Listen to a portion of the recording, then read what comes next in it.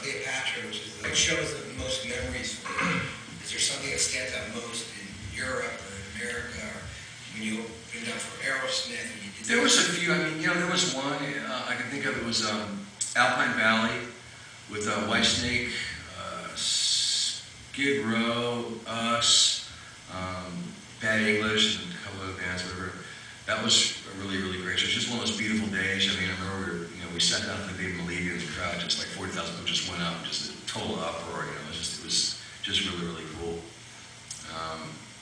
Hanging out with Sebastian at night after this concert, and we're like just getting trash, right? And I'm thinking, okay, this is back when we did this kind of stuff. We're waiting for the cocaine to show up. Because we're like drinking, and we're thinking, okay, well, we wait for the coke show so you don't get so drunk, right?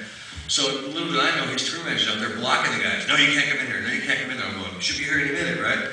So eventually I ended up getting sick in this chick's car that I was like trying to get together with, right? Just threw up all over a rent-a-car, and needless to say, that was the end of our relationship.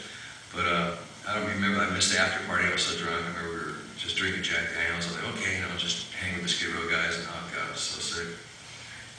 What was, back in the day, what was the drink of choice, or the drug of choice, or the vice of choice? The old cliche, sex, drugs, and rock and roll, that's what it was. I mean, that's where the cliche came from. And that was the 80s. The 80s was all about hedonism. I mean, how much can you do? How long can you stay up? How many chicks can you have sex with?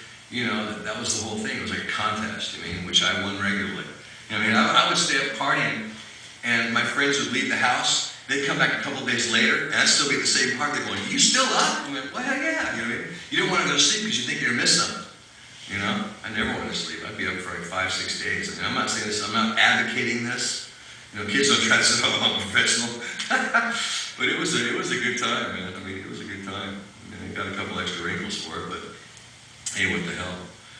Going back, just stepping back, you mentioned Into the Flower. Who were some of the other bands that came up with you guys? Who were your competitors? Who were your homeboys? Describe the clique back then. We were hanging out together. Me and Bobby hung out a lot. And I remember Steven, used to get his gigs at the Whiskey Loop. Because our bass player at the time, Don Costa, had quit to Fox at the time, right? So he was screwing the chick that booked the Whiskey. So she kind of blackballed us. So Steven kind of got us back in, And we were hanging out with Rat, Docking all the time. Hell, we got to live with Don for a while. Don would go out of town, so I'd sleep in his room. And then when he moved in, he had a house in Redondo Beach on Prospect in Aviation. And it was a big house, and Blotzer lived next door, him and his wife and his kids. And I used to live in there with him. And it was just, God, it was a great time. It was a Rough Cut was around those days. There was just so many bands.